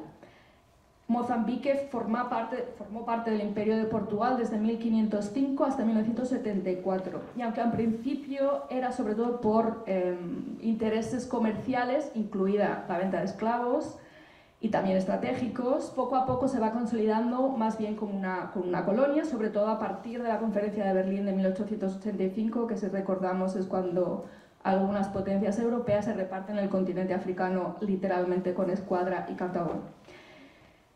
En 1951, con el Estado Nuevo del dictador Salazar, Mozambique se convierte o pasa de ser una colonia, al menos en el nombre, a una provincia de ultramar. Y esto es un movimiento, de nuevo, de lavado de cara frente a las potencias internacionales, un poco parecido a lo que hizo el Estado español, precisamente, por ejemplo, con el Sáhara Occidental, que al principio tenía la denominación de colonia y después de provincia, precisamente para quedar bien delante de otros poderes internacionales. En la práctica, realmente no cambia nada, en el sentido de que se siguen manteniendo esas relaciones absolutamente racistas, coloniales, de explotación y también de mercado de trabajo forzado y esclavo. Mozambique consigue la independencia después de muchas luchas anticoloniales en 1974 y poco después, en 1977 y hasta 1992, los dos principales grupos que habían trabajado para la independencia, Frelimo, el Frente de Liberación de Mozambique, Renamo, la Resistencia Nacional de Mozambique, se enfrentan a una guerra civil con reverberaciones que podríamos decir prácticamente hasta hoy, aunque la última firma de pacto de paz se hace en 2019.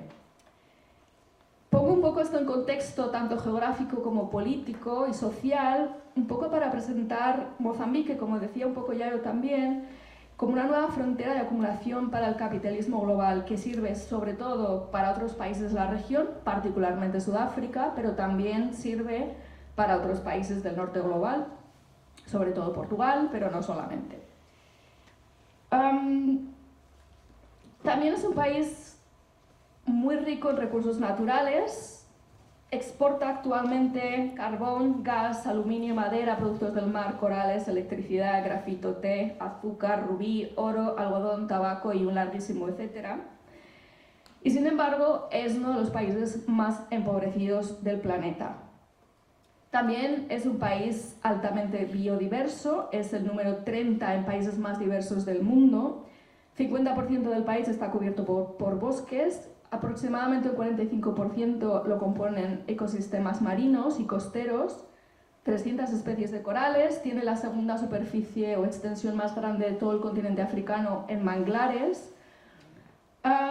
Sin embargo, la mayor amenaza para la biodiversidad en Mozambique es la acción humana, y no cualquier acción humana, sino la acción extractivista, capitalista, particularmente de combustibles fósiles, pero también de otros recursos naturales. En 2019, Mozambique fue declarado el país más vulnerable al cambio climático y cada año enfrenta ciclones a la vez que sequías. Sin embargo, Mozambique ha contribuido solamente al 0,002% de las emisiones históricas. Por ponerlos un poco en perspectiva, el Reino Unido ha contribuido a más del 1% de las emisiones históricas. De nuevo, Mozambique se ha consolidado como esta lógica de acumulación de capital por desposesión y por represión, que decía Yayo, impulsada por la explotación de recursos naturales y mano de obra barata, muchas veces esclava, y por la dependencia de actores extranjeros e instituciones extranjeros. En este contexto tenemos Cabo Delgado. Cabo Delgado es la provincia más al norte de Mozambique. También es una de las regiones más empobrecidas del país, es decir, una de las regiones más empobrecidas de uno de los países más empobrecidos del mundo. También cuenta con una gran diversidad étnica, lingüística, religiosa y también de biodiversidad. De hecho, en esa zona que está un poco señalada, tenemos, por ejemplo, el Parque de las Quirimbas, el Parque Natural de las Quirimbas, que está declarada por la UNESCO como Patrimonio de la Humanidad. Sin embargo, en el 2000, alrededor de los 2000, se descubren grandes yacimientos de gas de alta mar.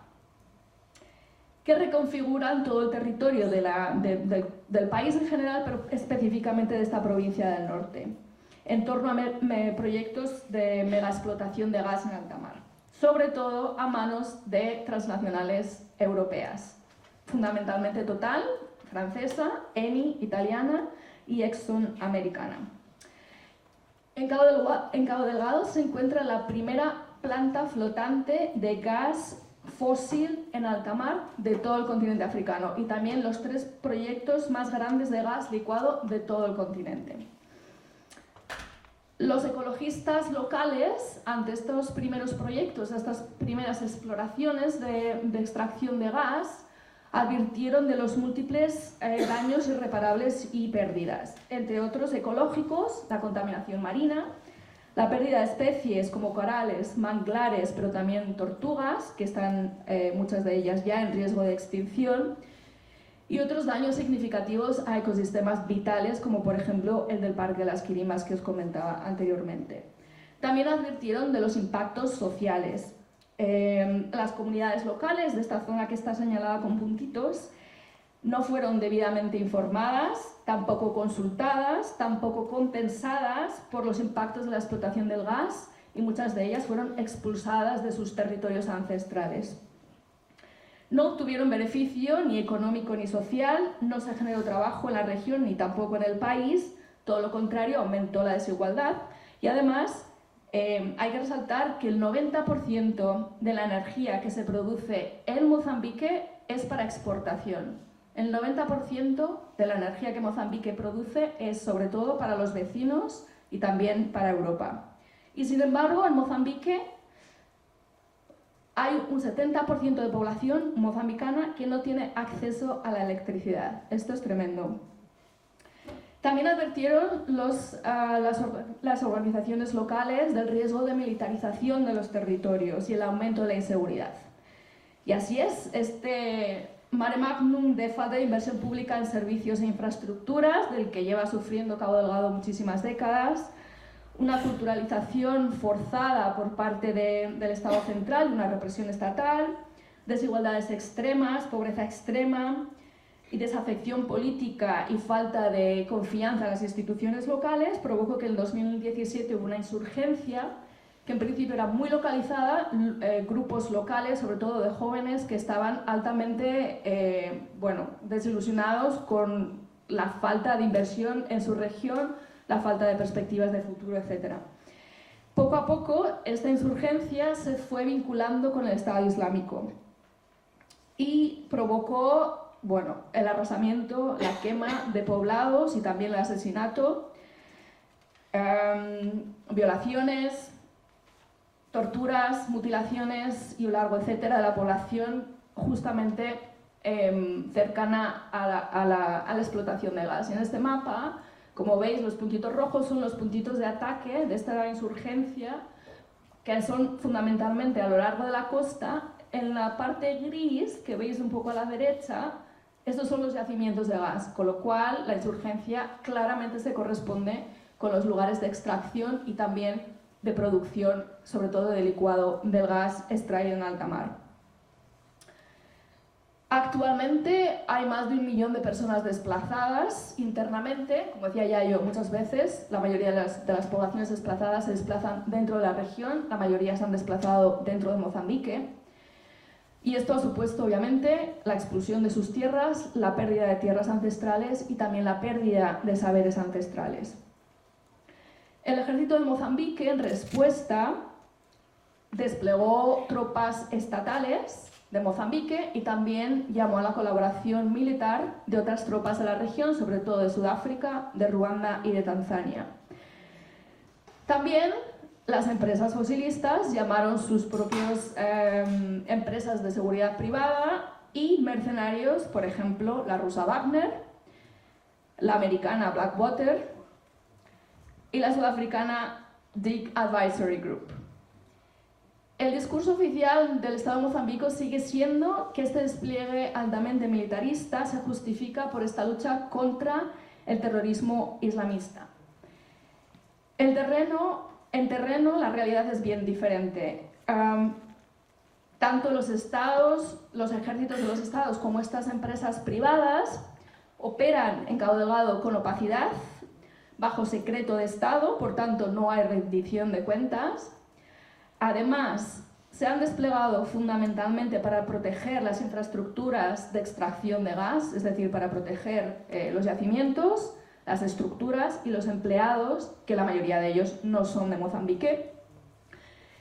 Por el contrario, han dejado a la población de Mozambique totalmente abandonada. De hecho, hay varias investigaciones por parte de Amnistía Internacional, pero también por parte de periodistas de investigación, que han documentado abusos sistemáticos por parte tanto de los ejércitos nacionales de Mozambique como regionales del sur de África, como también por parte de estas empresas privadas. Incluyen detenciones ilegales, secuestros, torturas, violaciones y violencia indiscriminada contra las poblaciones empobrecidas. De hecho,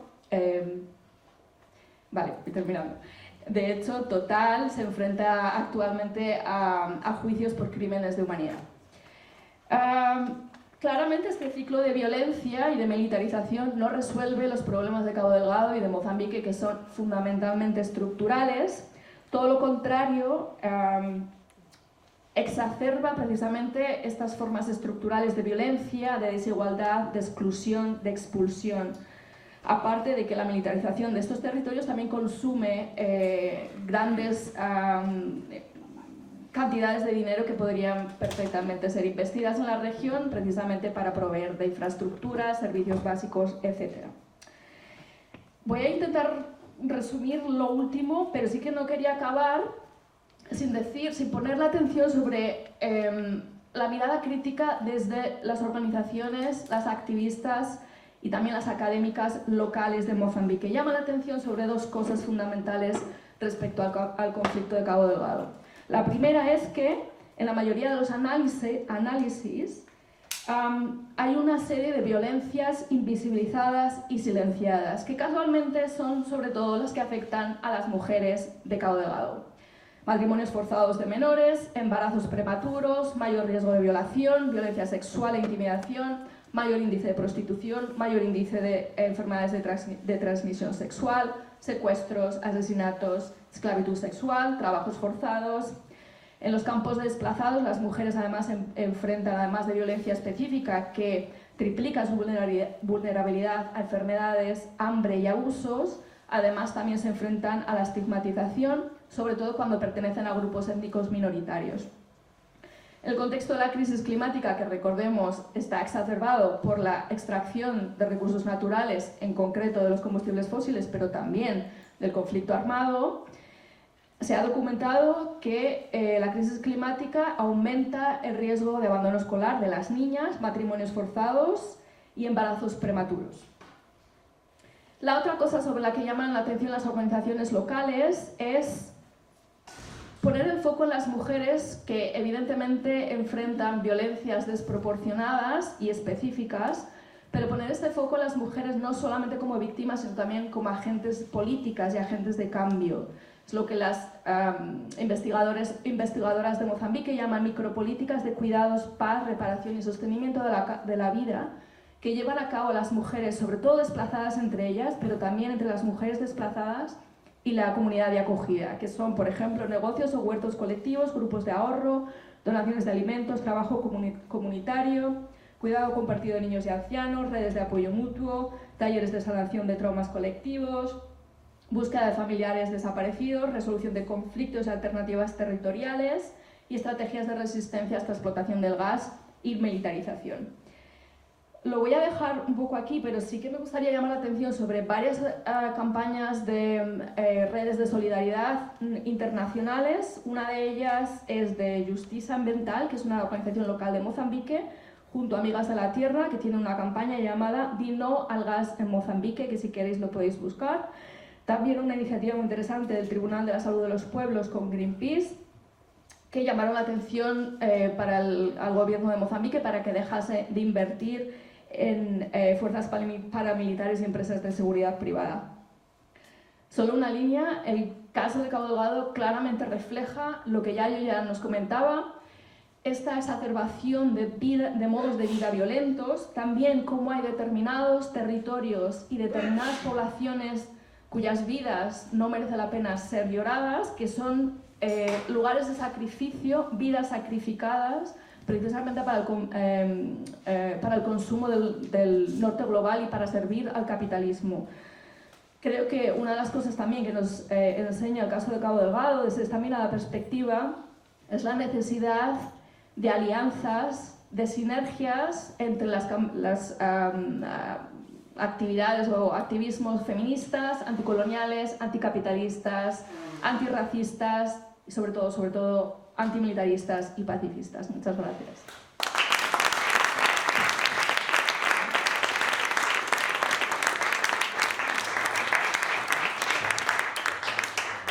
¡Wow! ¡Qué interesante! Cuantísima información que nos llevamos. Deciros que vamos fuera de la hora, son las 8, pero no queríamos cerrar la jornada sin tener un pequeño turno de palabras, ¿vale? Entonces, os dejamos que hagáis preguntas, vamos a coger 2 de ellas, sobre todo que no sean reflexiones, que sean preguntas cortas. Tenemos aquí a 2 ponentes increíbles. Yayo Herrero se disculpa, ha tenido que irse, pero bueno, ha estado muy agradecida de estar aquí. Entonces, abrimos un turno de preguntas.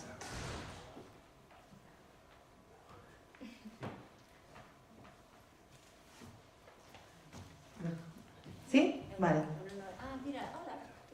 Hola, ¿qué tal? La Rosa. Gracias. Cogeremos esas 2. Sí. Vale. Bueno, muchas gracias por las presentaciones muy interesantes. Quiero preguntar particularmente a Beatriz, ¿cierto? A Beatriz sobre la presencia de Rusia en la zona y, por lo tanto, qué papel está jugando hoy día Mozambique en términos de geopolítica. Me imagino que China no debe estar tan presente o no claramente, pero mi pregunta es como de geopolítica en esta frontera del extractivismo. Gracias.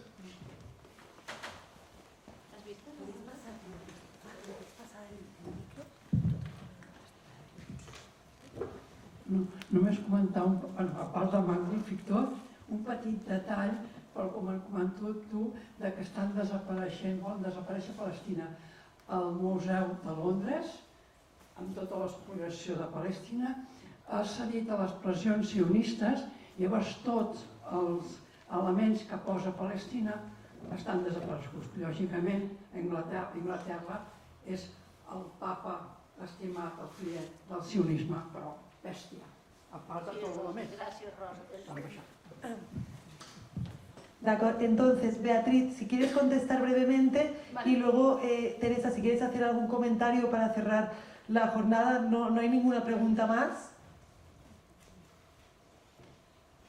¿Sí? Sí, has nombrado al final, Beatriz, el tema de las micropolíticas, y a mí me parece que es un comentario, pero es un tema fundamental. Si pudieras profundizar un poco en ello y en la capacidad transformadora que puede tener la micropolítica en un ámbito como este.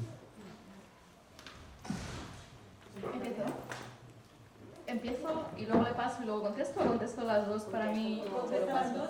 Vale, voy a intentar ser súper breve, aunque las dos cuestiones son súper complejas y obviamente podríamos hablar durante mucho tiempo sobre ello.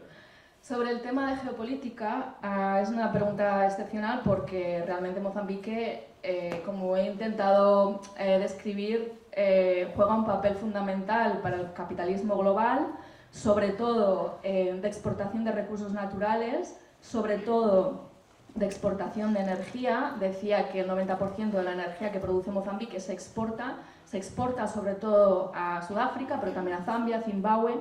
También Mozambique es la salida al mar de Zambia, Zimbabue, Malawi y otros países, con lo cual también tiene una relevancia geoestratégica muy clara. Sobre el caso de China y Rusia en concreto, cuando decía que la explotación de gas, sobre todo, la tienen Total de Francia, Exxon de Estados Unidos y Eni de Italia, también hay un porcentaje de empresas chinas, con lo cual, evidentemente, China tiene muchísimos intereses, no solamente en Mozambique, en todo el continente africano y cada vez más también en la región.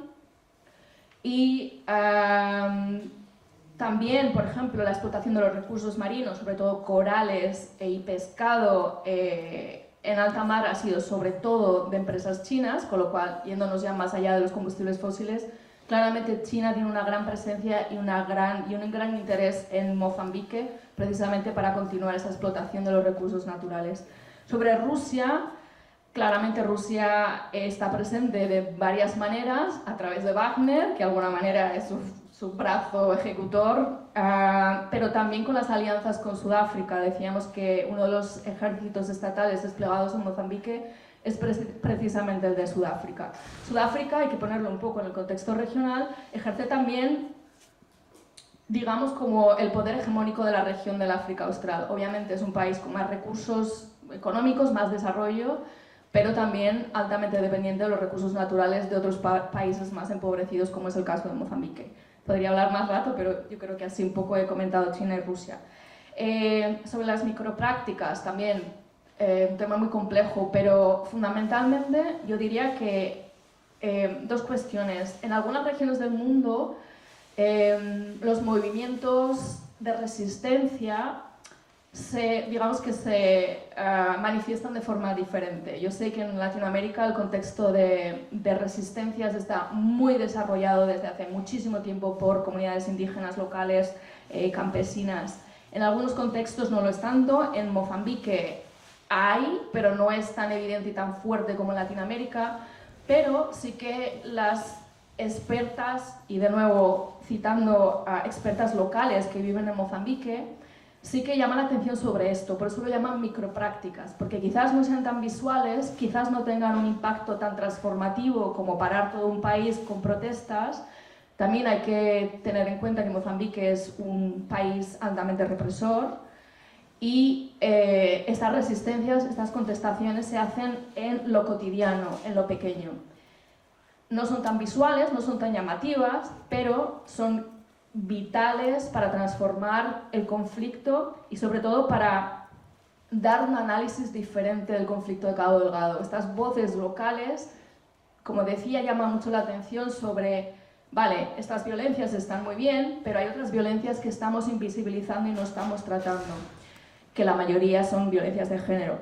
También llamaba la atención sobre precisamente la acción de las mujeres de solidaridad entre ellas. Solidaridad muchas veces en los campos de desplazamiento, casi siempre entre mujeres desplazadas, pero también se da entre mujeres desplazadas y mujeres de la comunidad de acogida.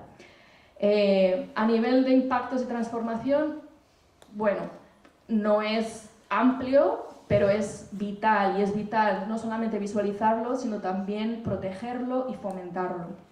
Y creo que ya he tocado un poco todo, me he extendido mucho. ¿Te gustaría cerrar con alguna frase, Teresa, añadir alguna cosa? No, frases no, però bueno, agrair-vos a tots que hàgiu vingut. Bé, ja veieu que realment els vincles entre la militarització creixent, el bel·licisme creixent, aquesta bogeria de rearmament, ara la Unió Europea es vol també nuclearitzar, és a dir, vol armar-se d'armament nuclear. Tot això ens augura un futur difícil.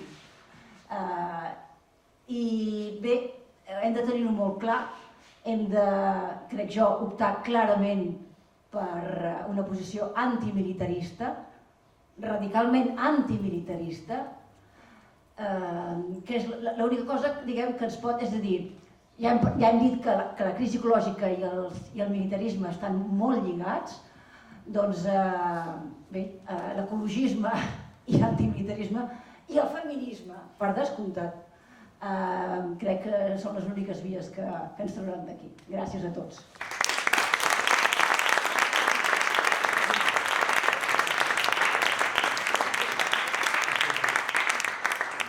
Genial, doncs agrair una vegada més que hagueu estat aquí avui amb nosaltres.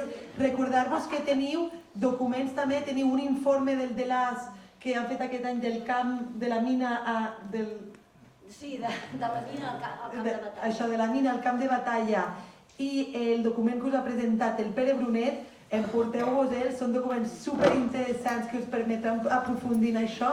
També recordar-vos que podeu buscar també a internet la campanya de descarbonitzar és desmilitaritzar i trobareu molta més informació. Gràcies.